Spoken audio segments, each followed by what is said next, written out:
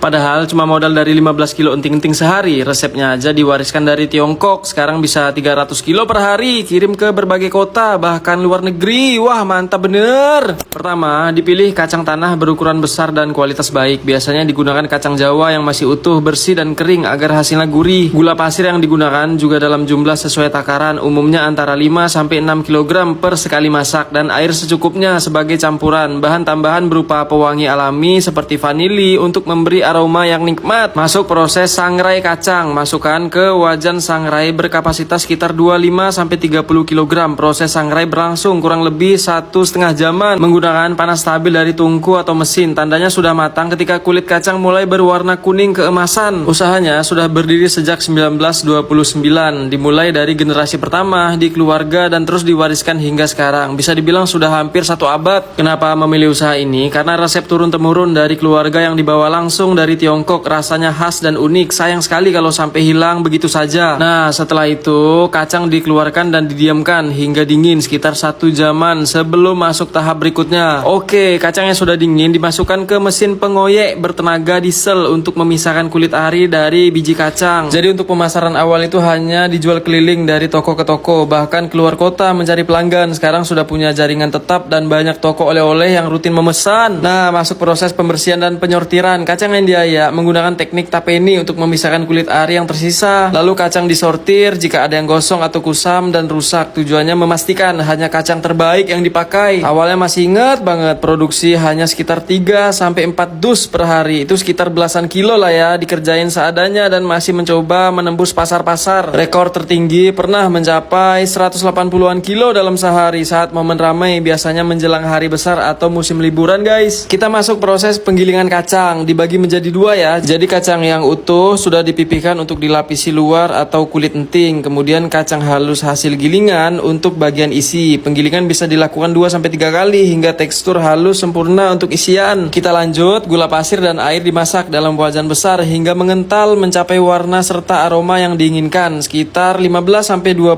menitan dengan api besar ya. Pernah dapat pengalaman ketika menawarkan itu ditolak karena sudah ada merek lain gitu. Sempat juga diremehkan sama orang. Wah, usaha gitu apa bisa bertahan lama gitu katanya. Perkataan seperti itu tidak perlu dimasukkan ke hati, cukup lihat dengan hasil saja. Oke, kita masuk proses pencampuran kacang dan gula ya. Sambil diaduk cepat hingga tercampur merata. Proses ini harus dilakukan ketika gula masih panas agar mudah dibentuk. Gak nyangka bisa sampai saat ini, yang dulunya cuma dikerjain sendiri, sekarang alhamdulillah bisa dibantu oleh sekitar 20 karyawan. Jika sudah, langsung aja diangkat, ditata di meja khususnya itu. Masih panas-panas ya, soalnya kalau dingin pasti nggak bisa. Nah, kita masuk proses pembentukan kulit enting. Digepuk, dipipihkan di atas alas batu menggunakan botol kaca hingga tipis dan rata. Lembaran ini menjadi lapisan luar atau kulit enting ya guys. By the way, dari usaha ini pemiliknya sudah bisa membeli rumah dari hasil kerja keras bertahun-tahun tanpa meninggalkan tradisi keluarga. Kacang halus diletakkan di atas lembaran kulit kacang yang sudah dipipihkan, lalu ditutup kembali dengan lapisan kulit tipis di atasnya guys. Kemudian adonan yang masih hangat dipotong menggunakan cetakan kayu menjadi bentuk segitiga atau ukuran mini sesuai varian. Pemotongan harus cepat sebelum gula mengeras. Kunci bisa bertahan sampai saat ini adalah selalu menjaga kualitas, konsisten dalam rasa, terus berinovasi dan mendengar masukan dari pelanggan. Di sisi lain, produknya juga sering dikirim ke luar kota juga, cocok buat oleh-oleh, cemilan gitu. Oke, sudah selesai, agak mengeras biasanya, siap untuk di-packing, dikemas, kirim sama pelanggan setianya. Kenapa banyak yang suka? Karena rasanya manis pas, kacangnya gurih, tekstur renyah dan aromanya wangi sehingga bikin nagih dan cocok untuk semua usia. Nah, buat teman-teman yang mau nyobain bisa banget dikirim-kirim, hubungi di sini ya. Terima kasih, semoga bermanfaat. Oh ya, buat sahabat yang mau belajar bareng, konten kreator juga bisa hubungi nomor di bawah ini. Sampai jumpa di video selanjutnya guys.